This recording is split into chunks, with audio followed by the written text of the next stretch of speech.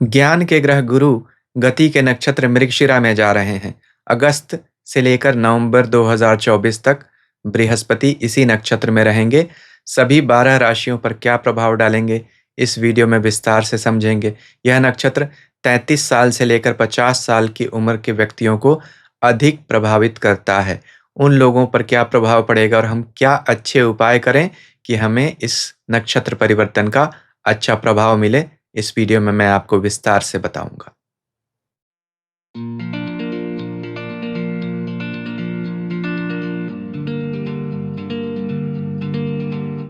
ओम नमः शिवाय। मैं अंशुमान आपका स्वागत करता हूं। गुरु आशा, उत्साह, दया, करुणा, ईश्वर प्रेम और ज्ञान के ग्रह हैं। Jupiter stands for compassion, optimism, virtuosity, wisdom and platonic love.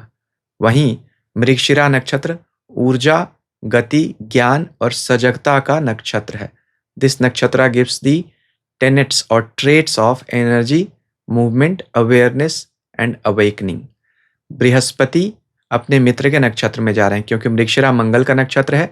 मंगल बृहस्पति के मित्र हैं, तो मित्र के नक्षत्र में बृहस्पति के जाने का सभी 12 राशियों को क्या प्रभाव मिलेगा, इस पर इस वीडियो में हम विस्तार से चर्चा करेंगे। पहले यह जानना जरूरी होगा, यह मृगशिरा नक्षत्र आखिर है क्या, बृहस्पति के साथ मिलता है तो क्या करता है और क्या हमें कॉमन उपाय करने चाहिए। यह सारी बातें उपाय सहित सभी 12 राशियों के लिए कॉमन होंगी, इसलिए सभी 12 राशियों के साथ इन बातों को बार बार रिपीट न करके मैं वीडियो के शुरू में बता दूंगा, उसके बाद सभी 12 राशियों का राशिफल एक एक करके देखेंगे। तो सबसे पहले यह देखते हैं नक्षत्र परिवर्तन कब से कब तक है। 20 अगस्त 2024 से लेकर 28 नवंबर 2024 तक बृहस्पति मृगशिरा नक्षत्र में होंगे। कौन लोग अधिक प्रभावित होंगे? सभी लोग, वैसे 12 राशि वाले प्रभावित होंगे, लेकिन यह मृगशिरा नक्षत्र जिनका भी लग्न का नक्षत्र है, चंद्रमा का नक्षत्र है, गुरु स्वयं ही जन्म कुंडली में अगर इस नक्षत्र में बैठे हुए हैं, या कोई भी ग्रह जिसकी दशा चल रही है, महादशा या अंतरदशा, वह भी अगर इसी नक्षत्र में बैठा जन्म कुंडली में, तब यह बहुत महत्वपूर्ण नक्षत्र आपके लिए बन जाएगा। गुरु का गोचर अगर आपकी राशि से दूसरे, पांचवें, नवें, 10वें और 11वें भाव में हो रहा है इसी नक्षत्र में, यानी यह नक्षत्र आपकी कुंडली में इन भावों में कहीं बैठा हुआ है, तब आपके लिए बहुत अच्छा यह गोचर होने वाला है। अपनी जन्म कुंडली जरूर देखिए गोचर के परिणाम के साथ, क्योंकि जन्म कुंडली से ही आपको पता चलेगा यह नक्षत्र है कहाँ और कौन से ग्रह का वास है इस नक्षत्र में। इसके अलावा यह नक्षत्र 4 नवमांश पदों में भी बिखरा होता है, जो सिंह, कन्या, तुला और वृश्चिक होते हैं। तो वृश्चिक नवमांश में बृहस्पति इस नक्षत्र में पूरे नवंबर में रहेंगे, तो पूरा नवंबर सबसे अधिक अच्छे रिजल्ट देने वाला होगा। इस नक्षत्र का एक्टिवेशन का एज 33 से 50 माना जाता है। तो अगर आपकी उम्र 33 से 50 वर्ष के बीच में है तो आपके लिए अच्छी बात है। अगर आपकी जन्म कुंडली में अच्छा है, आपके लिए अच्छा होने वाला है, तो यह बड़ा अच्छा गोचर हो सकता है। गुरु और मृगशिरा को अगर हम मिला दें तो क्या बनता है? Education, finance, media, travel, healing और रिलीजन। तो इन 2 नक्षत्र और ग्रह के गुणों को मिलाने से यह फील्ड्स बनते हैं। अगर आप इनमें से किसी भी फील्ड में काम करते हैं तो यह बड़ी अच्छी बात है, आप लोगों के लिए विशेष तौर पर अच्छा होगा। इस नक्षत्र के बारे में जरा ब्रीफ जानकारी लेते हैं तो आपको और बात समझ में आएगी। नक्षत्र का नाम है मृगशिरा। मृग यानी हिरण, शिरा मतलब सिर को बोलते हैं, तो यह हिरण का सिर है। नक्षत्र की जो सूचक चित्र है वह भी अभी आप स्क्रीन पर देख रहे होंगे। आकाश में, नभमंडल में जब हम देखते हैं तो यह नक्षत्र कुछ इन तारों से बना हुआ है, इसीलिए इसकी आकृति ही हिरण के जैसी है, तभी इसका नाम मृगशिरा रखा गया। मृग यानी हिरण, इसके बारे में जब आप सोचते हैं तो कौन सी 3 बातें याद आती हैं? हिरण का हमेशा सर घुमाते रहना, छलांग लगाना और हिरण की सुंदरता। इसीलिए इसे हम चपल, चंचल, सुंदर नक्षत्र भी कहते हैं। 2 राशियों में यह बटा हुआ है नक्षत्र। वृष राशि के 23 डिग्री 20 मिनट से लेकर मिथुन राशि के 6 डिग्री 40 मिनट तक यह नक्षत्र होता है, यानी 2 राशियों के बिल्कुल आधे आधे में बटा हुआ है। यह दोनों राशियां आपकी काल पुरुष कुंडली के दूसरे और तीसरे भाव में आती है, यानी वृष दूसरी राशि, मिथुन तीसरी राशि। इस नक्षत्र के स्वामी ग्रह मंगल हैं और स्वामी देवता सोम है यानी चंद्रमा। इसी से सोम रस बनता है जिसे देवता पान करते हैं और उनमें अस्थाई यौवन और शक्ति होती है, वह कभी वृद्ध या कमजोर नहीं होते। तो यह नक्षत्र शक्ति का भी नक्षत्र होता है। इससे जो प्रभावित पुरुष होते हैं वह सामाजिक क्षेत्र में व्यस्त रहने वाले लोग होते हैं, यानी सोशल फील्ड्स में अधिक एक्टिव होते हैं इस क्षेत्र के लोग, यानी इस नक्षत्र से प्रभावित पुरुष। क्यों? हिरण हमेशा झुंड में रहता है। मृगशिरा नक्षत्र का स्वामी है हिरण, तो झुंड में रहता है। तो ऐसे लोग भी हमेशा सर्कल में रहते हैं, यानी सोशल सर्कल्स को दिखाने वाला होता है, बहुत एक्टिविटी वाले लोगों को दिखाता है। इससे जो प्रभावित स्त्रियां होती हैं वह आर्ट एंड फैशन के क्षेत्रों में सफल मानी जाती हैं। स्त्रियों की सुंदरता में कवि उपमा भी देते हैं, हिरणी सी चंचल व सुंदर आंखें। तो जो भी स्त्रियां आर्ट्स एंड फैशन के क्षेत्र में हैं, अगर उनके लिए मृगशिरा नक्षत्र अच्छा है या बृहस्पति उनकी कुंडली में अच्छा है तो यह गोचर बहुत अच्छा होने वाला है। इस गोचर में बृहस्पति अच्छा परिणाम लगभग सभी को देने वाले हैं, लेकिन यह लोग विशेष रूप से अधिक लाभ ले पाएंगे। इस नक्षत्र का स्वभाव क्या है? देवगण है इसका, साथ में सात्विक स्वभाव है, मृदु है यानी सॉफ्ट है, टेंडर है। तो हम इस नक्षत्र से डिविनिटी का, प्योरिटी का और सॉफ्टनेस की बातें करते हैं। बृहस्पति तो स्वयं देवगुरु हैं जो इसमें जा रहे हैं, और यह नक्षत्र भी ज्ञान और ध्यान के लिए बहुत शुभ है। मृग चर्म ध्यान के लिए यूज किया जाता है। साधु, सन्यासी, यति मृग चर्म या मृग छाल पहनते हैं या उस पर बैठकर तपस्या करते हैं। शिव जी स्वयं मृग छाला पहनते हैं और मृग चर्म पर बैठकर तपस्या करते हैं। यह नक्षत्र शिव को अति प्रिय है। समस्या क्या हो सकती है? यह नक्षत्र भय को, अशांति को और अधीरता को भी दिखाता है, क्योंकि इसका स्वामी कौन है? हिरण। हिरण हमेशा सशंकित रहता है कि कोई जंगली जानवर उसका शिकार न कर दे। उसे अपने बचाव के लिए सिर्फ लंबी छलांग के अलावा ईश्वर ने कुछ अधिक हथियार दिए नहीं हैं। तो ऐसे लोग हमेशा सशंकित रहते हैं।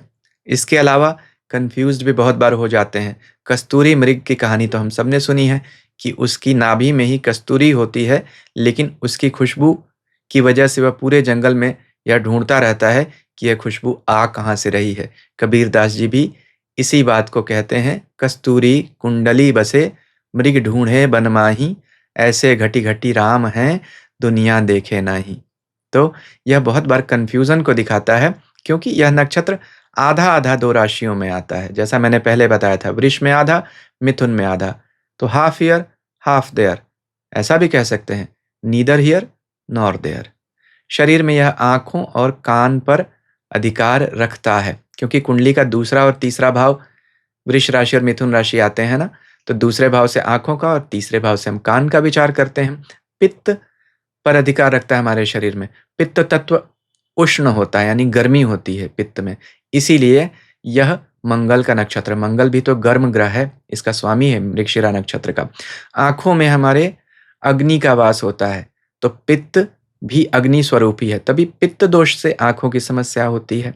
तो यह बुरा परिणाम आंखों से या कान से तभी मिलेगा जब आपकी स्वयं की जन्म कुंडली में बृहस्पति या मंगल बुरे हो, यह मृगशिरा नक्षत्र किसी बुरे घर में पड़ा हो, बृहस्पति वहां जा रहा हो तब। नहीं तो आपको यह अच्छे ही परिणाम देगा, क्योंकि देखिए हैं तो दोनों मित्र ही। They are coming together will inspire people to hunt for truth, knowledge and awakening, and it will give desire and impetus both. यानी यह लोगों को जीवन में आगे बढ़ने की प्रेरणा जरूर देगा। अब उपायों और 12 राशियों का अलग अलग राशिफल जानने से पहले आपसे एक विनम्र निवेदन, अभी तक अगर आपको मेरा वीडियो अच्छा लग रहा है तो कृपया वीडियो को लाइक करें, मेरे चैनल को सब्सक्राइब करें और सब्सक्रिप्शन बटन के साथ लगी घंटी को ज़रूर दबा दीजिए, ताकि भविष्य में जब ऐसे वीडियोस मैं बनाऊं आपको उनकी सूचना तुरंत मिल जाए। अब उपायों पर बात करते हैं। मेरे गुरुदेव कहते थे, हर नक्षत्र के कुछ पेड़ होते हैं, उन पेड़ की चीज़ों को पास में रखने से यह नक्षत्र एक्टिवेट होता है। तो इस नक्षत्र का पेड़ जो होता है वह होता है खैर, उसका नाम खदीर भी है, और बहुत सारे लोग इसे कत्थे का पेड़ के रूप में जानते हैं। वही कत्था जो चूने के साथ पान में लगाया जाता है, लाल रंग का होता है। तो आप किसी भी मंगलवार को खैर के पेड़ की एक छोटी सी लकड़ी लेकर आएं, लाल रंग के कपड़े में बांध लें, या तो अपने पास रखें या पूजा घर में रखें या तिजोरी में रखें। आप इस लकड़ी से अग्निहोत्र यज्ञ भी कर सकते हैं, यानी मंगल के मंत्रों का जप करते समय खैर की लकड़ी का हवन करने से बहुत अधिक शांति मिलती है, मंगल मजबूत होता है। अगर आप यह भी नहीं कर सकें तो आप पूजा के दिए में जो घी या तेल डालते हैं उसमें डालने के लिए खैर की लकड़ी का चम्मच या स्पैचुला यूज कर सकते हैं। तो मैं एक ही उपाय को कई तरीके से बता देता हूं, जिससे आप जिस तरीके से सुलभ हो सके, आपके लिए जो कंफर्टेबल हो, कन्वीनियंट हो, वह आप कर सकें। इसके अलावा देखिए, रोग नाश के लिए भी खैर का उपयोग आयुर्वेद में बताया गया है, यानी खैर कत्थे से आयुर्वेद में बाल, पेट, दांत और डायबिटीज की बीमारियों का इलाज किया जाता है। दूसरा उपाय मैंने बताया था, पेड़ की चीजों को प्रयोग करें, तो पेड़ की लकड़ी आपने प्रयोग कर ली। अब इस खैर के फूलों से हनुमान जी की पूजा कर सकते हैं। आप यह फूल आपको दिख रहे होंगे अभी स्क्रीन पर, आप चाहें तो इन्हें लेकर, यह शिव को अति प्रिय है, तो हनुमान जी भी शिव स्वरूप है, इसलिए भी मंगल की शांति होती है खैर के फूलों से हनुमान की पूजा करने से। इसके अलावा अगला उपाय मैं हमेशा सबसे ज्यादा कहता हूँ, रुद्राक्ष मुझे अति प्रिय है और रुद्राक्ष से मुझे बहुत लाभ मिलता है। अब चूंकि मंगल और गुरु का कॉम्बिनेशन बन रहा है, इसलिए रुद्राक्ष भी मंगल और गुरु के पहनने पड़ेंगे। तो क्या कॉम्बिनेशन बनता है, मैं आपको दिखाता हूं मेरे रुद्राक्ष। देखिए, एक रुद्राक्ष होता है मंगल का 18 मुखी रुद्राक्ष यह, और बृहस्पति का होता है 5 मुखी रुद्राक्ष यह। तो 5 मुखी और 18 मुखी आप मिलाकर पहन सकते हैं, बट 18 मुखी रुद्राक्ष बहुत ही अधिक महंगा होता है, तो आप उसकी जगह पर एक काम और कर सकते हैं। 3 मुखी रुद्राक्ष भी मंगल को दिखाता है, यह 3 मुखी रुद्राक्ष है। इसके अलावा 10 मुखी रुद्राक्ष भी बृहस्पति को दिखाता है, विष्णु का स्वरूप है, यह 10 मुखी रुद्राक्ष है। तो 10 मुखी रुद्राक्ष और 3 मुखी रुद्राक्ष का कॉम्बिनेशन बनाकर पहन सकते हैं। मैं 1 मुखी से लेकर 18 मुखी तक पहनता हूं, मैं बहुत सारे कॉम्बिनेशंस पहनता हूं। आप भी 3-18 या 5-18 या 3-10, जो भी कॉम्बिनेशन आप अपनी श्रद्धा या अपने बजट के हिसाब से चाहें बनाकर पहन सकते हैं। देखिए, शिव पुराण विद्येश्वर संहिता 25th चैप्टर में भगवान शिव पार्वती को कहते हैं कि रुद्राक्ष मेरा साक्षात स्वरूप है, जिस पर मैं बहुत अधिक प्रसन्न हो जाता हूं, उसे रुद्राक्ष पहनने की इच्छा उत्पन्न होती है, और जो रुद्राक्ष पहन लेता है वह मेरे समान हो जाता है। तो यह जीव के शिव बनने की कहानी है। रुद्राक्ष का धारण करना, इस धरती पर शिव 2 ही स्वरूप में जागृत होते हैं, एक तो स्वयंभू ज्योतिर्लिंग और दूसरा रुद्राक्ष।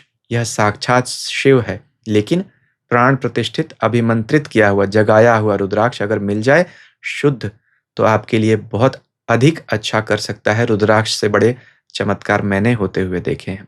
अब इतने सारे उपाय कर सकते हैं आप, 3-4 महीने इन उपायों को करें, अच्छा रहेगा आपके लिए। अभी हम सभी 12 राशियों का राशिफल एक एक करके देखते हैं। मेष राशि से शुरुआत करते हैं। मेष राशि के लिए बृहस्पति आपकी राशि के स्वामी मंगल के ही नक्षत्र में जा रहे हैं। बृहस्पति का गोचर अभी आपकी राशि से दूसरे भाव में हो रहा है, तो राशि के स्वामी के नक्षत्र से ही गोचर करने से आप लोगों को धन का अधिक लाभ बृहस्पति देंगे। बृहस्पति के मित्र हैं मंगल, तो आपकी राशि के स्वामी के मित्र हैं। दूसरे भाव से बृहस्पति का गोचर हो रहा है, अगर वह राशि के स्वामी के भाव से गोचर करेंगे तो वह एनर्जी बहुत देंगे। तो यहाँ आप लोगों के लिए धन कमाने के रास्ते बहुत अधिक खुल रहे हैं। साथ साथ ही देखिए, अचानक धन लाभ के योग बहुत सारे बनते हैं, खासतौर पर जो लोग भी एनजीओज में काम करते हैं, किसी रिलीजियस ऑर्गेनाइजेशन से जुड़े हुए हैं, उन लोगों के लिए तो बहुत ही अच्छी बात होती है। जो लोग भी ज्योतिष का काम करते हैं या किसी तरह के एडवाइजरी रोल्स में हैं, उनको बृहस्पति अधिक धन देगा। तो दूसरा, छठा और 10वां, यह तीनों भाव अर्थ भाव कहे जाते हैं। बृहस्पति भी आपके दूसरे भाव से गोचर कर रहे हैं, वहां से उनकी 5वीं दृष्टि छठे भाव पे जाएगी और 9वीं दृष्टि 10वें भाव पे। तो दूसरे, छठे, 10वें तीनों अर्थ भावों से बृहस्पति का गोचर आप लोगों को धन के हिसाब से बहुत पुष्ट करने जा रहा है। वृष राशि के लिए बृहस्पति आपकी राशि के ऊपर से गोचर कर रहे हैं, मंगल के नक्षत्र से गोचर कर रहे हैं। मंगल आपकी राशि से 12वें घर के स्वामी हैं। 12वां भाव खर्च को दिखाता है, रोग को दिखाता है, बहुत भ्रमण को दिखाता है। बृहस्पति भी आपके लिए रोग भाव के स्वामी बनते हैं। तो एक रोग भाव के स्वामी का दूसरे रोग नक्षत्र से गोचर करना आप लोगों को सेहत की समस्याएं दे सकता है, धन का खर्च बढ़ा सकता है, घर अचानक आपका बदल सकता है या किसी लंबी ट्रिप पे जाने के योग बन सकते हैं। टेम्पररी ट्रांसफ़र भी बहुत सारे लोगों का हो सकता है जो नौकरी करते हैं।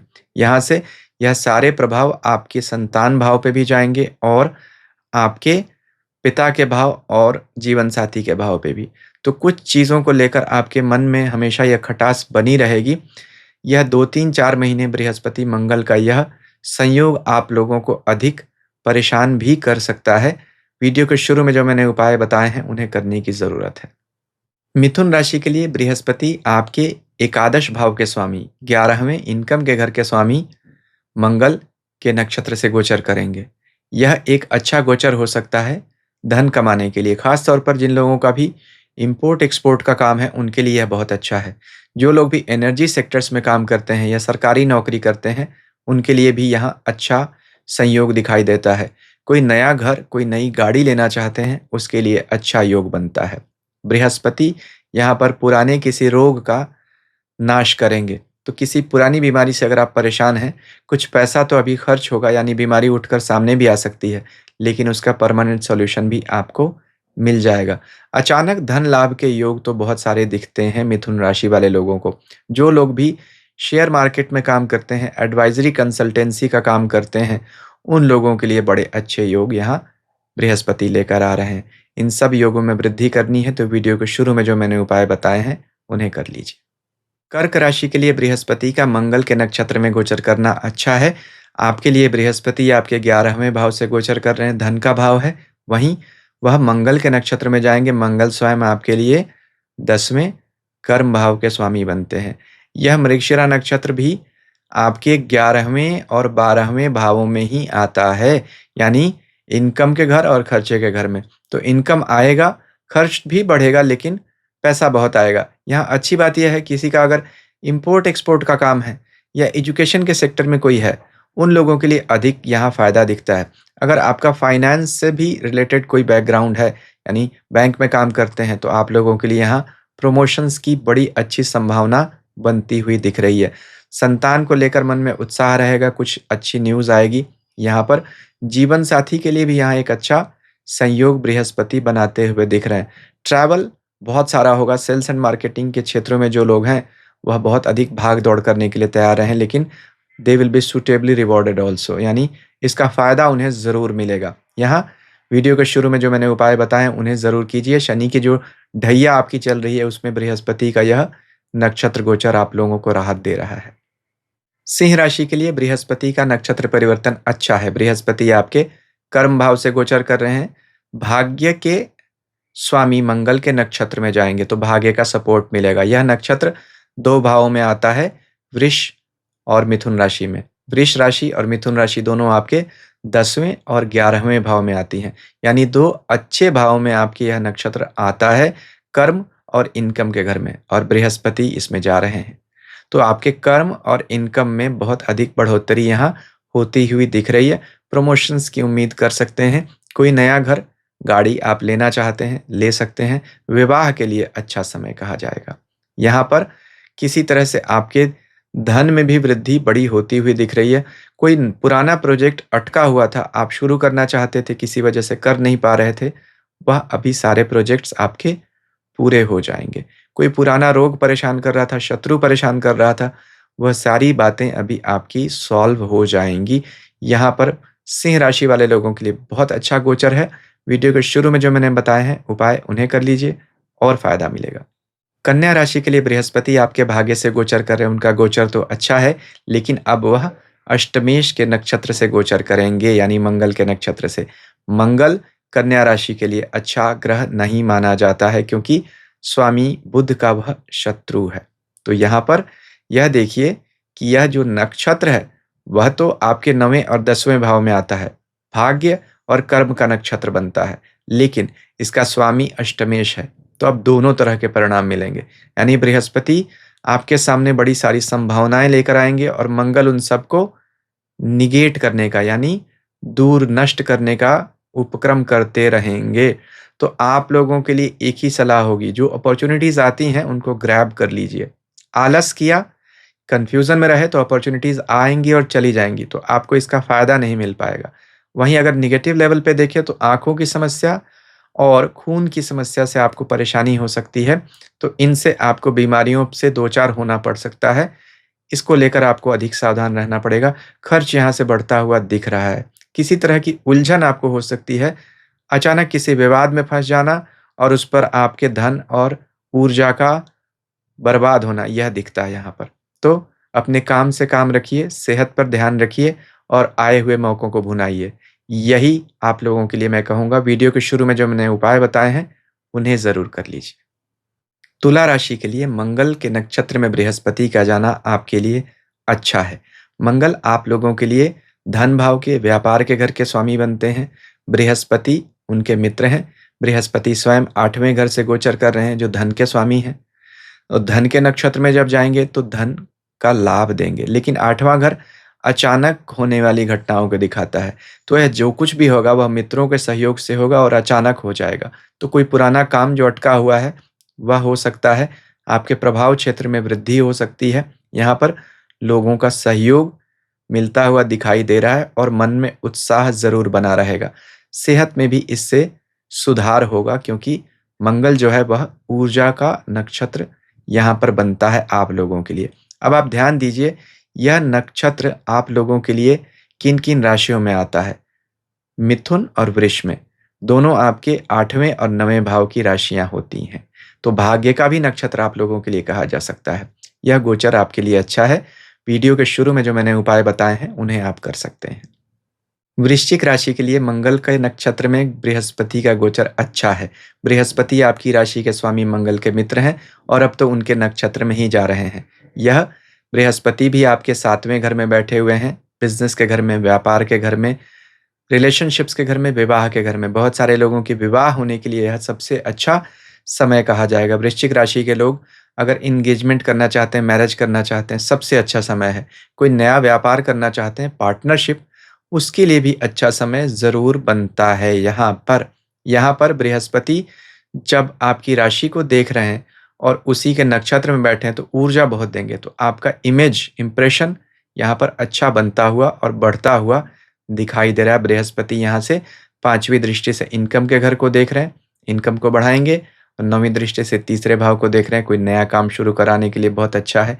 तो वृश्चिक राशि वालों लोगों की शनि की ढैया चल रही है, लेकिन उसमें बृहस्पति का यह सुंदर गोचर आप लोगों को काफ़ी राहत देगा। वीडियो के शुरू में जो मैंने उपाय बताए हैं, उन्हें कर लें और अच्छा रहेगा। धनु राशि के लिए बृहस्पति का 6ठे भाव में गोचर करना एजुकेशन के क्षेत्रों में जो लोग हैं उनके लिए बहुत अच्छा है। ख़ास तौर पर कोई अगर कॉम्पिटिटिव एग्ज़ाम्स की तैयारी कर रहा है, अच्छा है। बृहस्पति स्वयं ज्ञान के ग्रह हैं। मंगल जिसके नक्षत्र में जा रहे हैं वह 5वें भाव का स्वामी है। 5वें भाव से हम विद्या का विचार करते हैं। 6ठा भाव कॉम्पिटिशन्स को दिखाता है। तो बृहस्पति का यहाँ 6ठे भाव में गोचर करना आपको कॉम्पिटिशन्स में सफलता दे सकता है। या ऐसा भी कह सकते हैं, अगर आप स्वयं पढ़ाते हैं, टीचर हैं, ट्यूटर हैं, तो आपके बच्चे अच्छा करेंगे, तो आपके लिए स्टेटस बढ़ेगा। बृहस्पति यहाँ पर यह एक अच्छा लाभ आप लोगों को दे रहे हैं। नौकरी की जगह पर भी आप लोगों को प्रमोशंस ज़रूर मिल सकती हैं। आपके काम की तारीफ़ की जाएगी। अगर आपका इम्पोर्ट एक्सपोर्ट का कोई काम है, बहुत अच्छा है। नक्षत्र जो यह मृगशिरा है, उसका स्वामी मंगल आपके 12वें घर का स्वामी है, विदेश के घर का, और बृहस्पति की दृष्टि भी जारी है, जो स्वयं राशि के स्वामी है। लेकिन राशि के स्वामी का 6ठा गोचर हमेशा उलझनों को बढ़ाता है, तो यह जो कुछ भी होगा बिना उलझनों के नहीं होगा। तो संघर्ष करना पड़ेगा, इसके लिए आपको तैयार रहना पड़ेगा। लेकिन संघर्ष करेंगे तो बृहस्पति अपनी 5वीं दृष्टि से कर्म स्थान को देख रहे हैं, कर्म में वृद्धि होगी।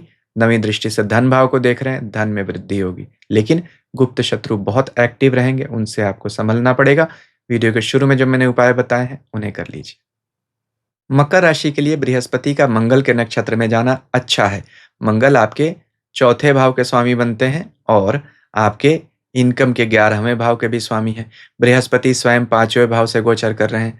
तो प्रॉपर्टी से जुड़ा हुआ जिनका काम है या फाइनेंशियल कंसल्टेशंस का जिनका काम है, उनके लिए बहुत अच्छा है। कोई एडवाइजरी रोल में है, या कोई भी व्यक्ति टीचिंग प्रोफेशन में है, उसके लिए तो यह सबसे अच्छा समय कहा जा सकता है। अगर आप ऊर्जा के क्षेत्रों में काम करते हैं, मीडिया में हैं, तो भी अच्छा है। टूर्स, ट्रैवल्स, ट्रांसपोर्ट से अगर आपकी कोई कंपनी है, खुद का बिज़नेस है, तो उन लोगों के लिए भी अच्छा है। तो यहाँ सब लोगों के लिए, इन लोगों के लिए तो अच्छा है, लेकिन याद रखिएगा, शनि की आपकी साढ़े साती चल रही है और बृहस्पति आपके लिए खर्चे के घर के मालिक बनते हैं। तो यहाँ जो धन लेकर आएँगे, वह लेकर भी चले जाएँगे, यानी कहीं न कहीं आपका इन्वेस्ट ज़रूर हो जाएगा, स्पेंड ज़रूर हो जाएगा। तो इन्वेस्ट कीजिए बर्बाद होने से बचने के लिए, यानी आप पैसा कमा तो लेंगे लेकिन पैसा रख नहीं पाएँगे। अब वह पैसा इधर-उधर व्यर्थ ना चला जाए, इसके लिए आप उसको किसी इंस्ट्रूमेंट में इन्वेस्ट कर दें जो फिक्स्ड हो, तो यह आपके लिए अच्छा हो सकता है। ख़ास तौर पर जो लोग भी टीचिंग प्रोफ़ेशन में हैं, उनके लिए अगर आप कोई नया कोचिंग सेंटर खोलना चाहते हैं या ब्रांच आगे बढ़ाना चाहते हैं, तो सबसे अच्छा है। फाइनेंशियल कंसल्टेशंस करना चाहते हैं, कोई ऑफ़िस खोलना चाहते हैं, चार्टर्ड अकाउंटेंट है, ऑफ़िस नया लेना चाहते हैं, सबसे अच्छा समय है। तो यहाँ पर बृहस्पति इन लोगों को तो अच्छा परिणाम दे रहा है, लेकिन बाकी लोगों को जो इन क्षेत्रों से जुड़े नहीं हैं, फिर उन लोगों को बहुत अधिक यहाँ बृहस्पति की दशा में भाग-दौड़ बढ़ने वाली है और तकलीफ़ें, संघर्ष तो बढ़ता ही रहेगा, क्योंकि साढ़े साती अभी आपकी एक्टिव है और मंगल शनि के मित्र नहीं है। ना तो बृहस्पति बहुत अधिक अच्छे ग्रह बनते हैं मकर राशि वाले लोगों को। तो संघर्ष कुल मिलाकर खत्म नहीं हुआ है, लेकिन वीडियो के शुरू में जो मैंने उपाय बताए हैं, उन्हें करें तो कुछ लाभ ज़रूर मिलेगा धन का। कुंभ राशि के लिए बृहस्पति का मंगल के नक्षत्र में जाना अच्छा है। बृहस्पति स्वयं आपके लोगों के लिए धन के घरों के मालिक हैं, यानी दूसरे 11वें घर के, और मंगल जो आपके कर्म भाव का स्वामी है, उसके नक्षत्र में जा रहे हैं। तो धन और कर्म इन दोनों का योग बन रहा है। वैसे भी देखिए तो यह जो मृगशिरा नक्षत्र है, आप लोगों के चौथे और 5वें भाव में आता है, जहाँ वृष और मिथुन राशियाँ हैं। इन्हीं 2 राशियों में नक्षत्र आता है। तो आप लोगों के लिए तो शुभ नक्षत्र है। शुभ नक्षत्र है, शुभ ग्रह उसमें जा रहा है, जो कर्म भाव का नक्षत्र भी बनता है। उसका स्वामी मंगल कर्म भाव का है। अच्छा है। सब मिलाकर यह हम देख सकते हैं कि आप लोगों की साढ़े साती चल रही है, लेकिन उसके बीच में बृहस्पति का यह सुंदर नक्षत्र परिवर्तन आप लोगों को धन और कर्म दोनों में प्रमोशन ज़रूर दे रहा है। इन बातों को और बढ़ाना है, वीडियो के शुरू में जो मैंने उपाय बताए हैं, उन्हें आप कर लीजिए। मीन राशि के लिए बृहस्पति का मंगल के मृगशिरा नक्षत्र में जाना अच्छा है। मंगल आप लोगों के लिए भाग्य के मालिक बनते हैं, तो भाग्य के स्वामी के नक्षत्र में जाना, वह भी राशि के स्वामी का, शुभ है। यह नक्षत्र भी अगर देखें तो आप लोगों के लिए आपके तीसरे और चौथे भाव में आता है, यानी यह नक्षत्र वृष और मिथुन राशि में आता है, जो आपके तीसरे चौथे भाव में आती हैं। तीसरा भाव किसी नई शुरुआत को दिखाता है, चौथा भाव मन की प्रसन्नता को दिखाता है। साढ़े साती चल रही है, तो कुछ न कुछ नई शुरुआत ज़रूर होती हुई दिखती है। विशेष तौर पर जिन लोगों की जीवन की दूसरी साढ़े साती चल रही है, उनके काम में परिवर्तन होगा। यह मैं अक्सर देखता हूँ, जीवन की शनि की दूसरी साढ़े साती चलती है, तो काम में परिवर्तन आता है। नौकरी वाले बिज़नेस में, बिज़नेस वाले किसी और बिज़नेस में, यानी पूरा सेक्टर चेंज हो जाता है, डायमेंशन ही बदल जाता है। ऐसा कुछ होता हुआ बृहस्पति मंगल के साथ मिलकर भाग्य के कारण करवा ज़रूर रहे हैं। यहाँ अगर हम देखें, बृहस्पति स्वयं भी अभी आपके कहाँ से चल रहे हैं?